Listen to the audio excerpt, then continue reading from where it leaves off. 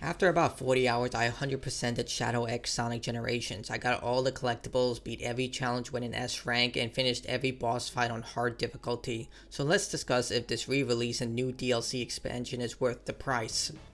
Let's start off with Sonic Generations. It's the same game that released back in 2011. Sonic is celebrating his birthday with his friends when a monster crashes the party. Sonic must team up with his past self to restore the timeline and defeat the time monster. The developers changed certain animations and voice lines for some reason, like Knuckles' fat joke or Sonic pushing Amy aside. It's a confusing change, especially considering the game still has the same glitches and issues that plagued the original, like the infamous city escape right ring jump. I would have preferred the developers spend time fixing problems rather than adjusting unnecessary issues. Shadow Generation takes place during the events of Sonic's campaign and adds context to what Shadow was doing. Gunn sent Shadow to the Space Colony ARK to investigate a biothreat. During his pursuit of a Doom Eye, Shadow was sent into the white space by the same time creature that crashed Sonic's party alongside Omega, who was also investigating the threat. This will lead Shadow to reuniting with old and new allies while discovering his own origins and creation. The highlight of Shadow's campaign is his interaction with Maria and Gerald Robotnik, both whom are captured within the time loop. Other characters include Big the Cat, Cubot, and Orbot are also presented within the game, however they're pushed aside and really don't serve any purpose to the story. This is a shame as Omega, Cubot, and Orbot are Eggman's creations, and seeing them interact with Eggman's grandfather would have been interesting. We do see a different side of Shadow as he shows that he cares for Gerald just as much as he cared for Maria, hoping to save them from their fates. Rogue is also present in Shadow's campaign but serves as support and doesn't interact with anyone beyond Shadow. It's a basic narrative, but it works. The developers even provided context of why Shadow and Sonic fight in the core Sonic Generations campaign with an incredible cinematic instead of a boss fight, because in this fight Shadow is supposed to lose. I just wish that the characters interacted more similar to how Sonic's campaign had all the characters interacting with one another. It seemed that Big the Cat and Maria would have been good friends if they met. Let's talk Sonic Generations first before heading to Shadow Generations. Sonic Generations is a remaster of the original game. Improved performance is the biggest thing here, with better frame rate and resolution. The only new addition is the Chow, which serve as a new collectible. There are 6 Chow in total in each of the 9 stages, 3 in each act. In addition, there are 90 special stages, 5 red rings in each act, and of course there are a whole lot of collectibles that unlock concept art, music, models, and other goodies for hardcore Sonic fans.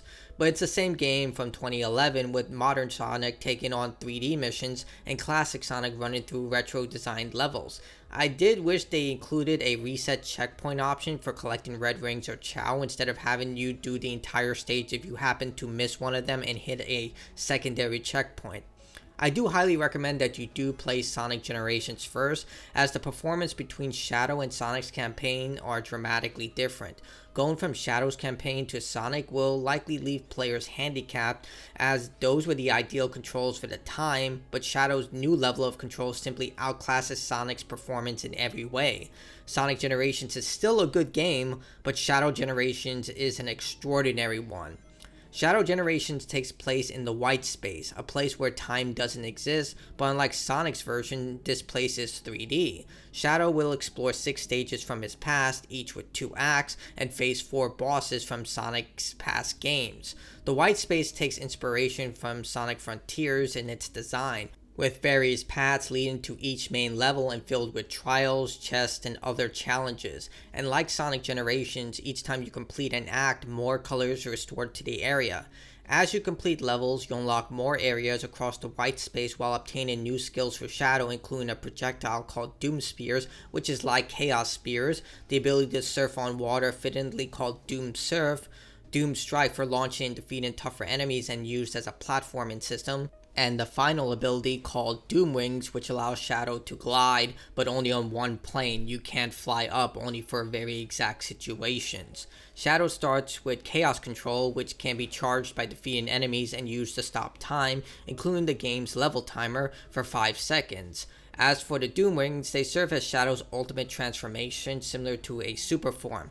It requires 50 rings minimum to activate the transformation and drains your rings constantly, similar to Sonic and Shadow super forms, with the player able to play levels with the ability turned on or off before starting the level. The developers decided to give the players almost absolute control over Shadow's action. There's still a momentum based system, but you're given ample control over Shadow's gate, allowing for better performance. This is especially apparent when fallen when compared to Sonic in his campaign. You never feel out of control, and if you die, that's because you didn't act quick enough, wasn't paying attention, or made a bad call. The levels are extraordinarily designed to complement all of Shadow's abilities while also providing ample paths for both low and high skilled players. Whether that's really re-exploring the Space Colony ARK or dashing between the streets of Sunset Heights, the player is given ample high and low skill paths, rewarding those with quick reaction time, but providing easier options for those needing them. What is shocking is the developers include mid-level cinematics for mid-level transitions, and wow, they just nailed these by maintaining the level's momentum by keeping Shadow moving throughout each of these. And while the game does include quick time events, they have kept them to a minimum, but I would have preferred if you could turn them off completely. Similar to Sonic Generations, Shadow will have the ability to take on challenge rooms to gain access to the boss of each sector. Each boss requires a set number of keys only available after completing the challenge areas. The challenge areas are expertly designed to test the player's mastery over Shadow's powers and reaction time.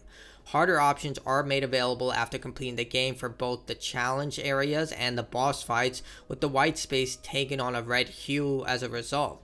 The developers also include a very helpful fast travel system for all the levels and challenges that allow you to teleport around the white space instantly while accessing every stage within the game.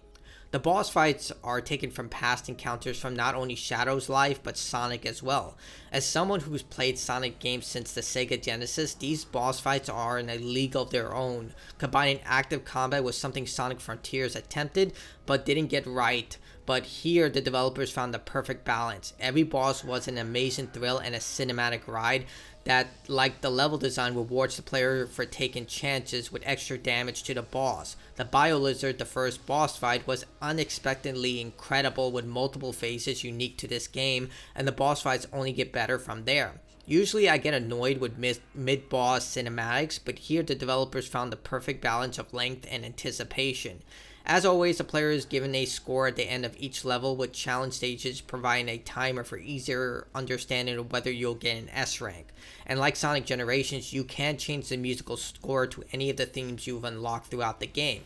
Now, Shadow Generations does have a lot of collectibles. There are no red rings or chow, but Shadow must gather coins, 3 in each level, and challenge areas except the hard variants and boss rooms, screws for Cubot and Orbot, and finally chests unlocked using coins found in the levels. The chests come in 3 variants that require an exact coin to open, such as music, art, and Gerald Robotnik's journal, and there are also hovering spheres within the level where you can knock down for more journal entries, all of which can be found in the game's collection room, which is a unique setting that resembles a home for Shadow.